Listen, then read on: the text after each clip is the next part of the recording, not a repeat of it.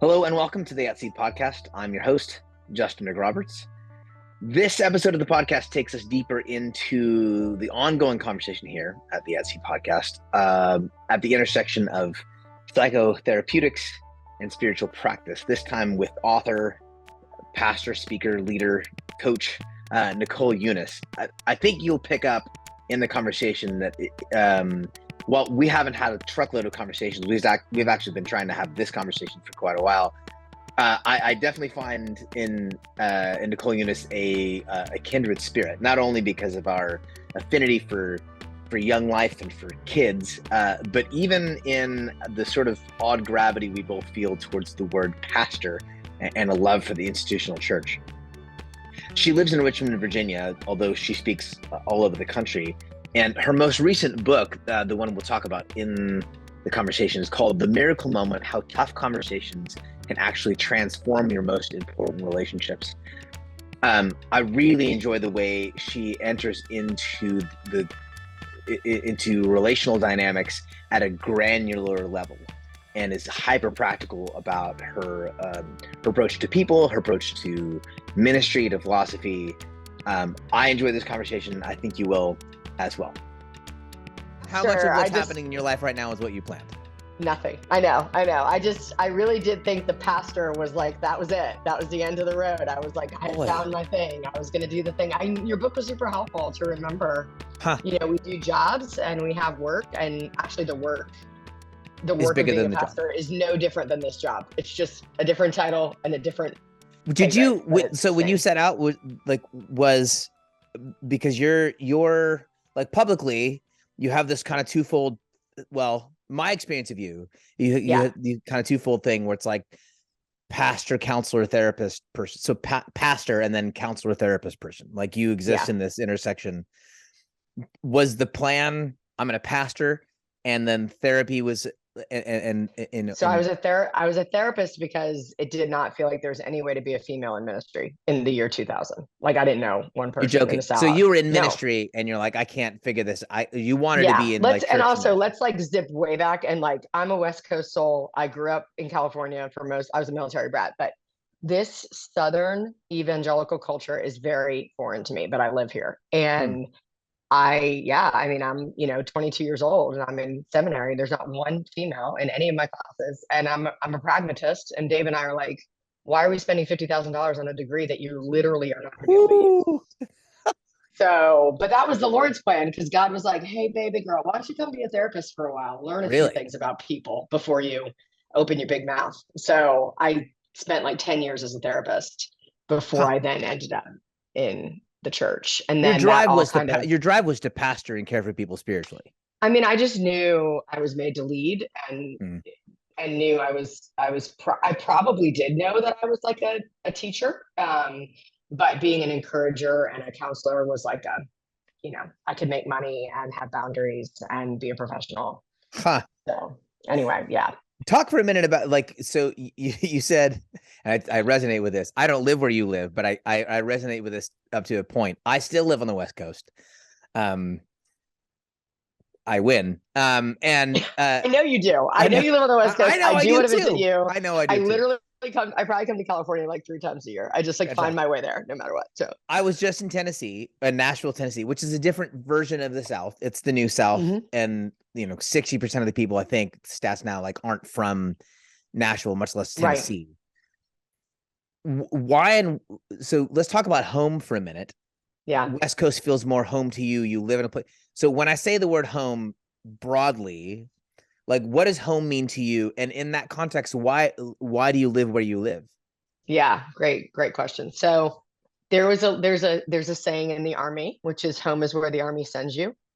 So very, very much, an interesting nomadic experience as a child. Yeah. That really did exacerbate a sense of not belonging, but also created the coping mechanism of being a chameleon, being able to fit in with a lot of different kinds of people, knowing how to engage, which of course, both of those things continue to be patterns in my life. My grandparents lived in Long Island, and that was the one stable location that we could visit. Really? It wasn't until like that we would go back to, and it would be like one home that we would Huh. be in. So very strong memories, and feel like a lot of resonance with that experience of my grandparents' home. My It wasn't until I was traveling in ministry and I was in South Africa quite a bit. Doing And it what? would be a place. So a friend of mine who I work with now today, he started a residency program for young leaders. As I was also starting a residency program for young leaders. We didn't know each other. We met because he was coming to the church I was working in to sort of raise support, and we just hit it off. Like we just Yeah. had so much in common. And I had planned an international trip for these new residents. It was our first year, but I didn't exactly know what I was going to do with them. I just had budget. Right. And he's like, I think you could come to South Africa with that budget. I'm like, there's no way we can come to South Africa with that budget. He's like, no, the dollar's strong. I bet you can. So I'm pretty adventurous. So like next thing we know, I'm on an airplane with these three, 20 somethings to South Africa to catch up with these residents. We continued that on for several years, but it would be such a place of retreat, such a different experience that one day I was walking in the wine fields behind this retreat center. Yeah. And the climate is so similar to Northern California. Like it's another Mediterranean climate. I had this visceral experience of like, this is what home is. Home to me is walking in this climate, in this terrain, being outside by myself. Such a strong memory from like my ages 8 to 11. Which is like a physical, tangible experience, like how you're actually feeling in your body in the place. Exactly. So like here I am like in my early 40s and I'm thinking, oh, now I know what home is. Like this is why this climate and this terrain, this is where I felt like I had my first mystical experiences with the Lord, like at age 8, 9, in a very lonely time, in a very beautiful place, but I was alone a lot and alone and outside a lot. Yeah. And so I would call that home, is that feeling, particularly in nature, but not really in one location. So very cool. So then so it takes you to where you are now. Was that a military decision? You landed there? No, it was a love decision. So I went to school out here. I went to college here, and my husband and I were in the same freshman dorm. We dated all through college. Got jobs in Richmond. I wasn't planning to do ministry. I got a job. He got a job. And the job that he got, 26, I thought we would move. Like, I mean, the only thing I know is moving every few years. I just assumed you stop and then you go somewhere else. And he got a job in a little startup company called CarMax. Oh, wow. Still works there. So it was no longer little and no longer a startup. No longer little, no longer a startup. It was only 6 stores when he started. And it's been this just incredible part of our lives, and like an incredible experience, a incredible place to grow and learn.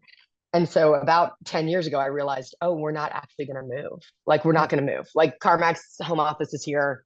This is where he's playing out his career. Maybe after his career, there might be a chance. But now I know what roots feel like, and I've raised children here and invested in this community. And so it feels very much like a home for my family, even if not exactly for me. Your kids, you have 2 teenage daughters. Three, 2 boys, 1 girl. So yeah, a lot of boys. 2 boys, 1 girl. Yeah. But they're all teens. Yeah. All teens. Yeah. Well, the oldest is 20 now. So 20, 18, 15. Wow. Yeah. My youngest is 5. My eldest is 12. 12. Okay. I have a 12-year-old boy, and I have a 5-year-old girl. I love some boys. Love my girl. Love being a mom. I love such a dramatically different experience, 5 to 12, boy to girl. Yes. But you're about to come into your sweet spot, Justin, because I know you grew up in student ministry. You're a Young Life guy. So I basically have my own youth group now. Like, I literally have my own, I'm like discipling my own youth group. So we have kids at the house all the time. Yeah. And it's like, they're just the neighborhood kids. They're here all the time. And we'll talk about this in a minute too. Like, when, like, as our relationship with institutional practices of religion, like, devolved, and as that got weird, like it did for a lot of folks, the thing that the actual practice that replaced having like a thing to go to on Sunday, or be responsible for God's sake, on Sunday, is having, like, between 6 and 12, like between 10 and 13-year-old kids sitting around our breakfast table. Like, I love this. Like, it's very much, talk about home. Like, this feels right to me. Yes. Let's talk about a little bit about like you said your mystical experiences with the Lord. Mm-hmm. One of the intersections overlaps you work in and with is religion, psychotherapy, the institutional practice of mental health, the institutional practice of religion.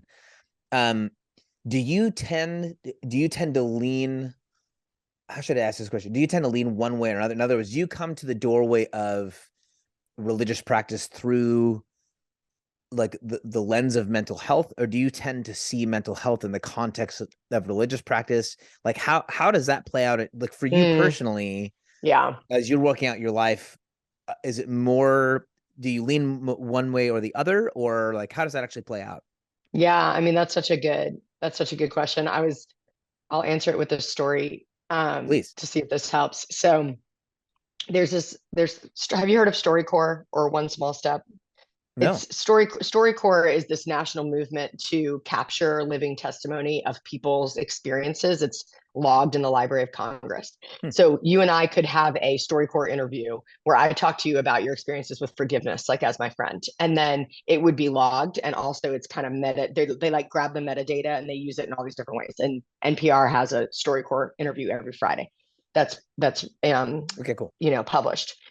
They started a thing called One Small Step, where they thought, in this divisive culture, what if we bring together people of different ideological beliefs who are strangers, and we help them have a curated conversation so that they can, basically the idea of, social proximity actually creates better experiences. If you know someone who's different than you, it's much different than if you're just lobbing arguments over the, web space. Yes. So I meet with this woman, and they have pegged me as a conservative evangelical Christian pastor. That's before you even show up. This is who you are. Right. So I fill out this values questionnaire. I know that's what's going to happen. I know that's what they're doing. I know that's why they've selected me. So I get on this call with this woman and we're talking and we spend an hour together, and she says, "You're so much more mystical and into the mystery of God than I was expecting." And I thought, yeah, I think that as we move toward Jesus, we will always move toward more mystery, more openness, less attachment to things that fit in boxes, because I just don't think that God can be confined and contained in that way. And that's my experience. So when it comes to mental health and theology, to me, they're like a very blurry line. Now there's always the edges of each that I think are maybe don't cross over, but I think that mental health and our understanding of who God is, how God's designed us, what God has to say about human nature, like, is so overlapped that in my work as like a coach and consultant, what I discovered most is that I wish every pastor had a counseling degree and maybe a lot less theology degrees. Like, I don't know how you engage with the care and shepherding of people without like a really strong practice of how I just had this conversation with a friend of mine who's also a client. He's now on the podcast. Is a guy named John Deloney. He works with Ramsey Solutions, talk about evangelical culture. And he's a mental health guy. He's like, anyways, and part of what he said, and we really agreed on this, he goes, I can't imagine actually trying to shepherd human beings in a religious context right now without doing the really deep study on brain science. Yeah. Like, how do you actually care for actual human beings now without understanding brain science? He says it's spiritual malpractice. It's spiritual malpractice to not understand the human brain and try to lead people in a religious context. Yeah. Which is like, that's as strong as I've heard it said, but I feel that, and I felt that for years, where, like, even as someone who had pastored or helped pastor church for 20 years, not knowing where you end, even in your expertise. So, like, you come up against this thing, like, that's not for you. Yeah. And part of why we cross those lines as pastors is we don't know where we end, because we think it's all theology. We think it's all religion, which in some way maybe it is. But, like, with regards to expertise, there's this whole field of study and expertise that if you really want to care for folks, you need to know this too. That trauma doesn't get worked out in the course of a 45-minute sermon. Yeah, exactly. And it doesn't get worked out I actually just preached on fear and anxiety Sunday. And I stood up there and I was like, you guys, before I say anything, I want you to know, as a therapist first, I understand that there are people in this room right now who have such incredible trauma that me even trying to make anxiety a spiritual issue is making you feel guilty. Like it is heaping shame upon shame. Like I need to at least acknowledge that while still trying to say also that believing that you have to live with as an anxious person and there's no solution and there's no growth and no health and no healing and no hope is also not true. So how do we land in that middle space? But like, of course, in my practice, when I was working in local ministry at a church, I did have a deep passion to be like, we have got to know our limits as pastors and be humble enough to admit there are things that we will need to help shepherd you to someone else or into something else in order for you to grow or heal. Let's talk for a second in that for me springboards me into the conversation about the normalization of mental health as a public conversation. And instead of setting up with like my sweeping judgment, I'm just going to put it on the table and say, I'd love to hear you talk about your experience of the public conversation around and about mental health on social media platforms, in podcasts. There's a truckload more. I mean, I grew up ADHD. I live with ADHD. The number of accounts available to me and doorways to talk about. I wasn't even allowed. Like I was like ashamed of it. And now it's everywhere. Right. I'd love to hear you talk about the normalization of mental health, pitfalls, advantages. It's a lot right now. Yeah. Good, bad. What's your experience? Yeah. Oh man.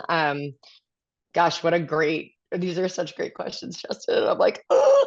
So I'm just going to share my own personal thoughts, right? From being like, I'm 45. I didn't grow up in the digital age. Like I got email and instant messenger while I was in college.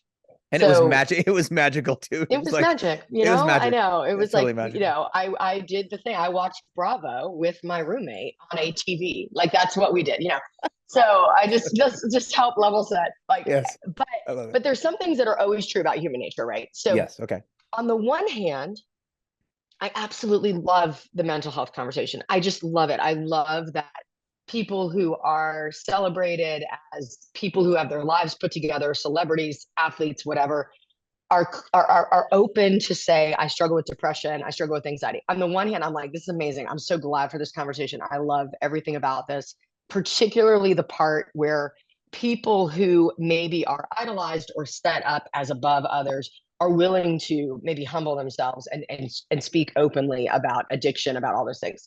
Love that. On the other hand, I was just looking actually at something. So I get bombarded with Enneagram. That's Enneagram everywhere in all my feeds, right? I get that. And I'm looking at it and I'm like, how could we possibly think that I'm advancing the conversation with like a 15-second thing set to music or like a 3 carousel slide in something as nuanced and complicated as a human personality, the human soul, and like how people grow. And my concern is that we've like cheapened or created this, we've created this superficial level that's just so ubiquitous and free and available that it's almost like I'm just feeding my soul like this junk food that's giving me this sense that I might be getting better, but the platform itself is not going to help anyone get better. It's actually working against the very thing that people need. So the attention economy is working exactly against what it would actually take to heal and grow through mental illness. So I feel very ambivalent and conflicted about like that part of the moment we're in. Yeah, same. I finished Johann Hari's book, Stolen Focus recently, and it really, I am, and I choose to be a sort of like Disney-esque, it's all going to work out type person. Like I'm hyper positive. And that's very much like, as someone, just back into the Enneagram for a moment, as someone who tests as an Enneagram 4, lives in, has thrived for years and years previously on melancholy. It's been a decision and a discipline to like, we're going to be great. This is going to be fantastic to live in that posture. Sure. And so when it has, specifically when it comes to online relationships, whatever the stats are now, like 80% of social interaction or now is like over some device. I kind of got Pollyanna-ish, like, hey, you know what, we are like, Facebook is now like 18 years old. We're barely a teenager. We're learning, and we'll get better. I'm not sure I buy that anymore, because of because of the impact I see on folks, because I watch folks not transcend that moment where they identify so deeply with OCD, and then, or with their personality type, or with depression. And I keep coming back to that moment now after the Yoho and Hari book, where Jesus stands at the water, stands near the water and asks this guy who's been laying there for years, do you want to get well? And that used to be a cute kind of question, like, hey, some of us really don't want to get well. And part of what I'm recognizing is, like, there really is like this like addiction to trauma, to like, that part of who I am is what's wrong with me, and I actually like it. And it feels like maybe this does go to a question. I think I'm right. Does it feel this way to you, that part of what the machine needs is Instagram needs me to be addicted to that part of who I am, so that it can keep feeding me the pleasure point of, like, yes, you're broken in this particular way. Isn't that funny? I'm like, is that your read too? Yeah. I mean, I think I hadn't thought of it as what part is, Instagram, the enemy, or whatever, the villain side of Instagram playing into that. But what we know is that anything that feels personal to us, I mean, we all know this is like, go back to like quizzes, whatever, quizzes in 17 magazine. All of us want to feel like something's being fed to us that's personally about us. It's going to be, this is for me, uniquely for me. There's nothing that social media is better than doing than shaping an algorithm to make you feel like it's uniquely about you. And so when it's, oh my gosh, I have anxiety. Well, great. Now I have all of these things that are telling me how this is uniquely about me. And I feel whatever I feel, understood or comfortable or safe or whatever. But is it actually healing anyone or helping anyone grow? And the problem I have is that the platform is no longer launching people into in-person relationships, right? Like, we've now like gotten to know, like, this is the relationship, and there is nothing more. It sends you back to itself. It feeds you itself. It is a product that's selling you on itself. You do have a halo. There's kind of like a thing going on there. I was speaking from on high at that point. That was prophetic. Now we'll make sure we bookmark that section. This actually takes us right to your most recent published effort, Miracle Moment. Yep. And one of the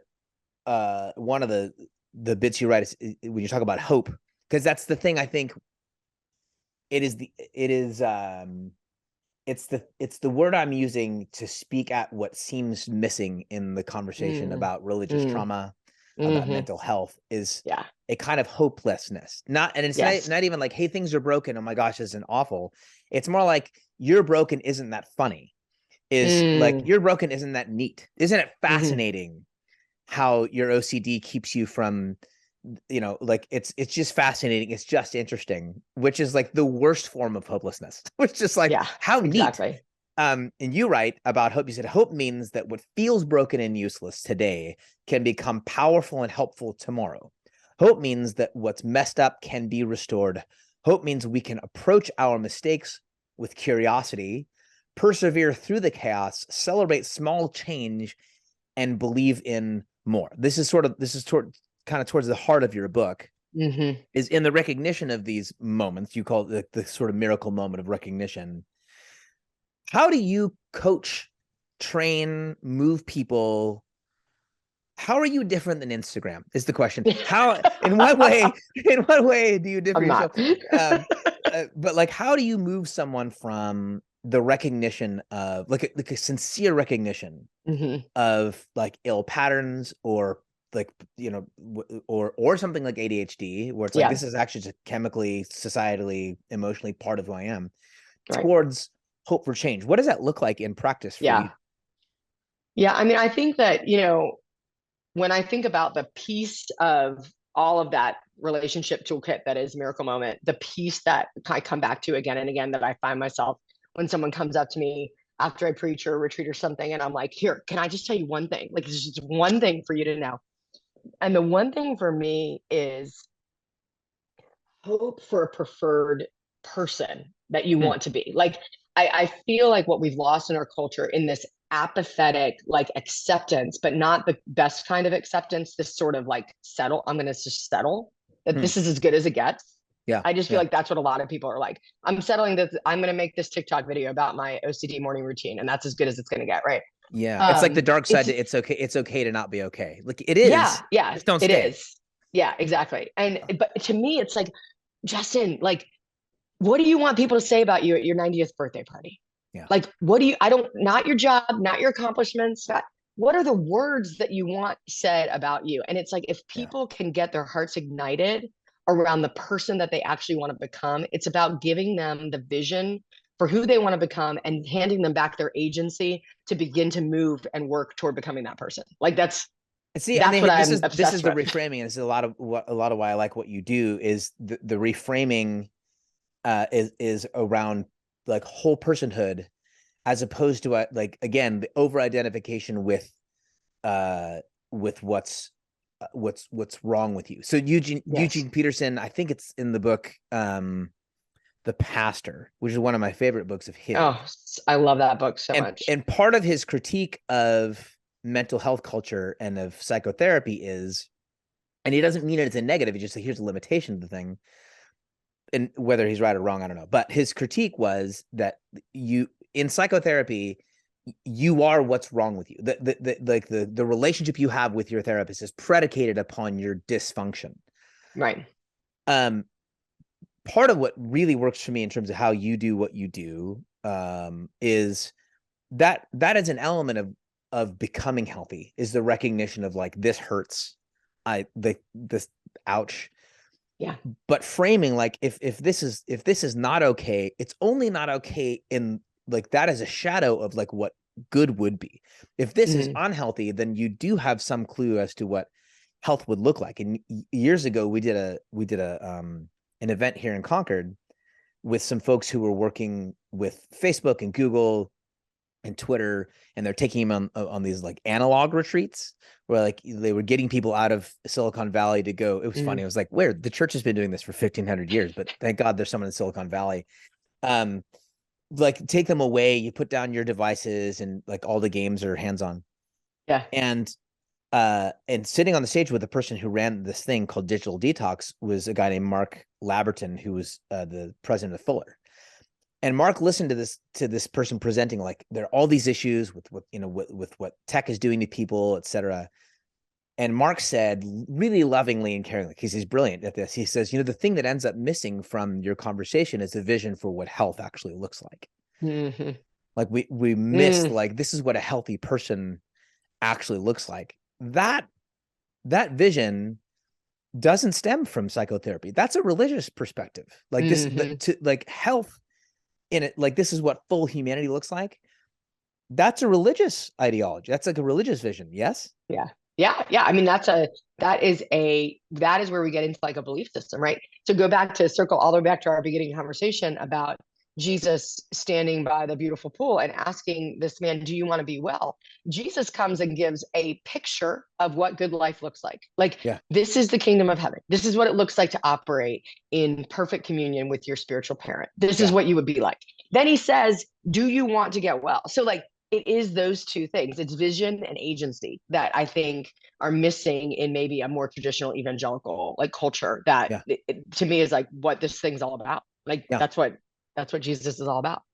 Can churches, and I don't mean the church, I mean churches, can churches be helpful in that process now? Like the way things work now, not in theory. You're a granular person, you do nitty-gritty stuff. The way churches on the whole work now, can churches be a place now where folks can enter in and develop a vision for health and wholeness and humanity? Or like, is part of the movement away from church culturally exactly that they don't. Like, that's one of the questions now, is like, is the church No, a I place? think churches absolutely can do this 100%. Talk about it. So for I someone don't think for they're someone who doing it. doesn't I think don't think they're yeah, necessarily doing it, but I think they absolutely could. I mean, if you think about the church as a place where environments are created to experience God and to be in rhythms and habits that create healthy life. Like, I'm not saying that's what the church is doing, but if you think of the church that way, environments are created and experiences are created that we know actually create psychological health. It's unbelievable. The number of studies that connect in every, I can't, I can't even teach anything without it being like, and here's a study that talks exactly about what this yep, is talking about in the Bible, right? yeah, So if we could make that connection, if churches could return to places where people actually have community, where the kind of community that is created, like the only place, one of the things I've said about the reason I can't give up on church is because church to me is the only place where you bring together people who for no other reason would be together. So back in my student ministry days, I remember one time going to Costco specifically. I was at Costco. My 53-year-old like mentor pastor was with me. My 22-year-old younger staff person guy was with me who did middle school, and my 4-year-old son was with me. yeah. People were looking at us like, what is that What is family this? unit? Like, who are What kind those of gang is people? this? And then why are they buying like like 4 cases of Snapple? Somebody asked us if we were starting a store. It just was one of those moments where I'm like, the Yeah. church is altogether unique. It creates familial connections where there is not familial connections, right? So if you think about the moment we're in culturally, what the church is actually supposed to be, it is the answer. Like if it was Yeah, doing the fullness and flourishing. Now, if it's going to elevate celebrity, if it's going to operate like a corporation, if it's yeah, going to think of people and economy of scale as the most important, then no, it's not going to do it. It's yeah. not at all.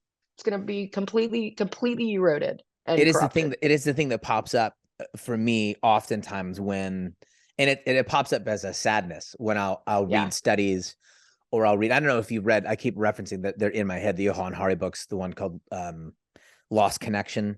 I think it's called Lost Connection. No, but I'm like very intrigued now. I've I not think read you would love it. I think anything you from would him. love both the Yeah. books. Stolen Focus and I think Lost Connections. He couches depression as is like, it doesn't like throw away the science at all. He said, but the larger societal factors that depression ends up being an expression of like lost connections, the things, your connection with your work, meaningful work, connection with actual meaningful relationship. And this is like, as I'm listening to him walk through like all the connections that a human soul person needs in order to live outside of a pattern of depression, I'm like, well, shit, we were supposed to do that. And it's like, That's exactly and it what we're drives supposed to me be crazy. helping Like, with. what are we, like, we have the juice and we're not doing the thing. But like it like it's this, and I sometimes I'm just projecting because it's like what I wished I could have done as a pastor and done better. Yeah. But there really is a sadness.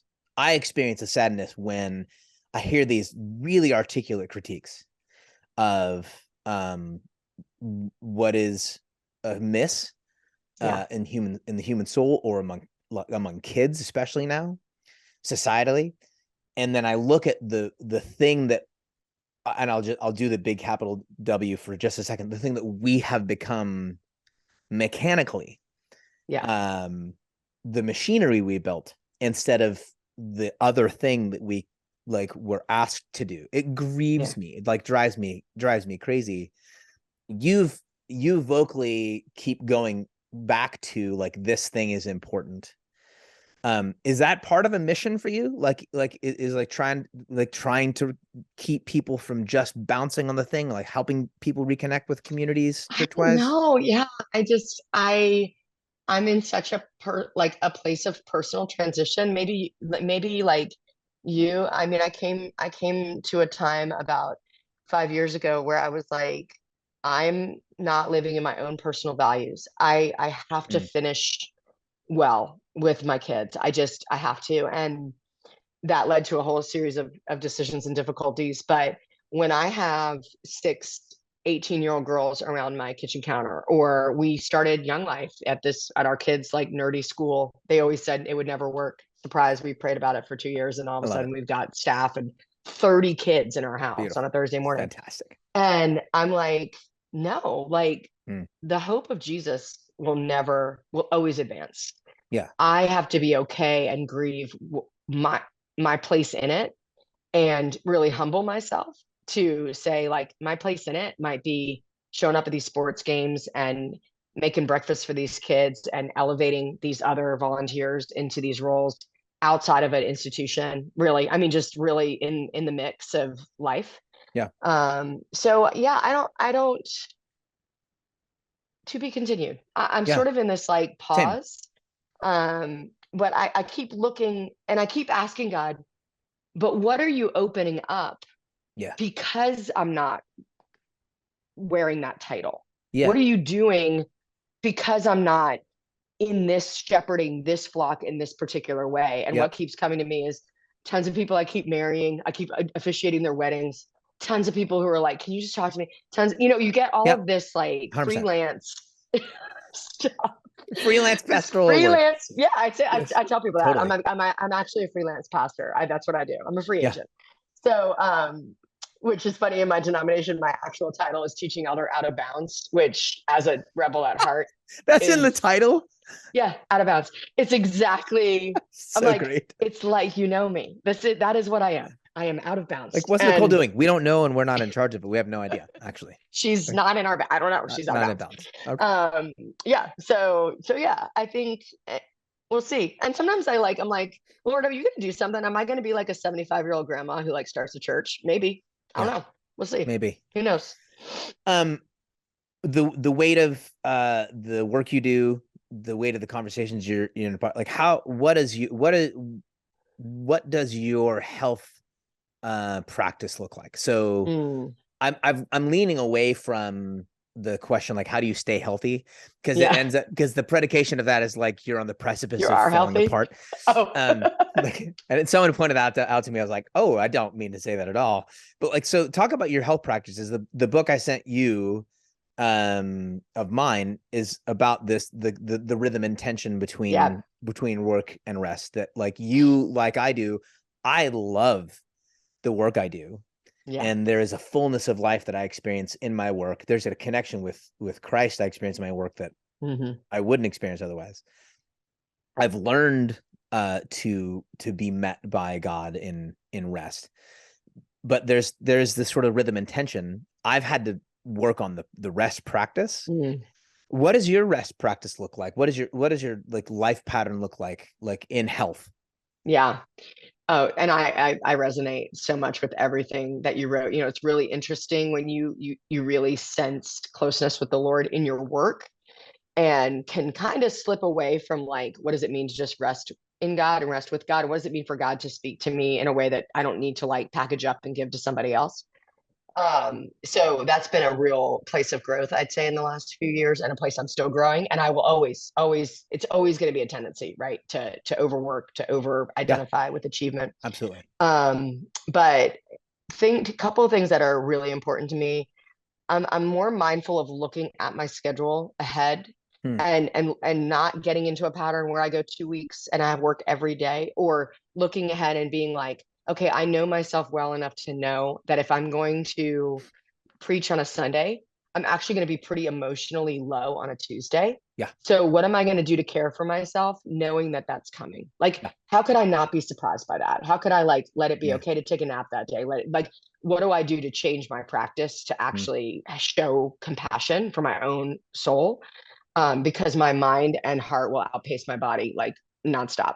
Yep. So those are some of those things that I do. I realized that I was growing resentful of wanting to control my family into practices like Sabbath a certain way, and was sort of letting myself be a victim of my own culture and environment, rather than putting my own words into action and being like, well, the person that's feeling convicted about Sabbath is you. So why don't you practice Sabbath? Like, instead of trying to like control everybody else into a certain way. So I'm pretty clear with myself about that 24-hour time period and what that looks like and means. And I like to say that Sabbath is taking a break from feeling bad about yourself. That's good. And so anything, and that's a very like Enneagram 3 thing to say, but basically anything that's about improving, criticizing, performing, doing things like, if I'm working out because it's about how I need to show up, look, then don't do it. Yeah. Like if I was going to run because of that, well, then take a walk. Like what do you do to actually, and I actually taught this one time in a women's group, the number of women who started crying when I said, why don't you what would it be like to take a break from feeling bad about yourself for a day, was shocking. Yeah. And so those are those things that I'm outside. I make sure I spend time in nature. Huge, important thing for me. I was going to ask you that really specifically in terms of like, you Mhm. mentioned that the sense of home has a lot to do with, I think the word is mimic, the like your actual experience physically outdoors. Yeah. You run, you jog, you bike. Like what's your outdoors I thing? run. How often are you doing I had a friend of mine say that her spiritual practice is getting to a place where she can't tell what year it is. That's absolutely like a beautiful descriptor. So we moved into our city 6 months ago, big change, live like downtown. So, but I can run to a park with 3 lakes and trees, and you feel like you could be anywhere within a mile. So I have to get somewhere, to steal my friend's phrase, where I can't tell what year it is. That's good. And there's something about the settling and grounding. I also have a strange, quirky habit of, I like always touch a tree whenever I like fly somewhere and I'm in like a new place. Yeah. I like find a tree and I'm like, hello tree, I am Same. here. I am now in Portland. I am now in San Francisco. Like, just try to like connect and ground myself with where I am so that I can be present. It's one of my regular practices, and sometimes it's rough depending on what time I get in, but like getting some form of like physical exercise when I'm traveling, it's part of like fully arriving. Is actually like physically being, like intentionally physically being in the space, and then I feel like I'm actually there, because I don't feel like I'm all the way there if I don't do that. Like I'm still on a plane, or I'm still like in Martinez. Last little question. It's not all that little, but 45 now, 15 years from now, and I'll set this up. 15 years from now, what do you hope life looks like if things work out the way you want them to? Work, family, personal development. This comes from years ago, many years ago now. My a friend and mentor named Frank Tate, who ran the record label I signed with in 1944 or whatever. He took me to this showcase in Nashville, Tennessee, and put me up in front of all these like label people and said, "This is Justin McRoberts. He's the artist we're going to be focusing on this year, and he's not very good right now." Like, says this to the room full of people, like says like he's bad, like to them. Then their faces do the thing. And he said, but I think Justin will be making music 15, 20 years from now, and I think that stuff's going to be great. So I'm making a long-term investment. And if you want to make it with me, great. And if you don't, I don't care. And then he left the stage and I had to play some crap song. But what that did for me was it reset. It provided a framework, an external framework by which like I was no longer as worried about my next, like I could take my next steps because it wasn't the only damn step I was going to take. Like there were many. 15 years from now, what will be the markers for like this worked out, these investments worked out, these decisions worked out? Like how will you want to know 15 years from now that the time, the energy you're putting in now in your personal development, in parenting, in your work, like what will life look like 15 years from now at 60? Man, I think there's no greater fruit in ministry than people.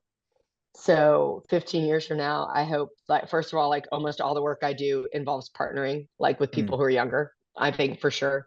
I think the other thing is that, and I've experienced just a taste of this through doing that young leaders residency program. And like fast forward, it'll be 10 years next year. So I've gotten to see these leaders like become, more and grow in who they are and in their relationship with the Lord. And it's so fulfilling. So all I can think of is I hope I'm still writing, and I hope I'm pursuing more and more creative pursuits. I think that's a beautiful thing about getting older. You see it is like, this is the way that people, like their whole world sort of goes. And I hope that I am in a place where I get to celebrate and cheerlead for incredible leaders who step up and take the baton in whatever industry they're in, you know? I love that. That's great. Thank you for your time. Sincerely. It was great. Thank you, Justin. Appreciate it. Yeah. And thank you for listening to this episode of the At Sea podcast. If you would like to follow up with Nicole Unice, you can visit her at NicoleUnice.com. That is NicoleUnice.com. And from there, you can navigate to her books. You can navigate to her podcast and her coaching schedule, her speaking schedule, and her blog. There's a truckload of resource here. If, on the other hand, you would like to become one of the folks who helps this podcast happen, thrive, and deepen, you can visit me at patreon.com/Justin McRoberts. I'd love to have you on the team. All right, until next time.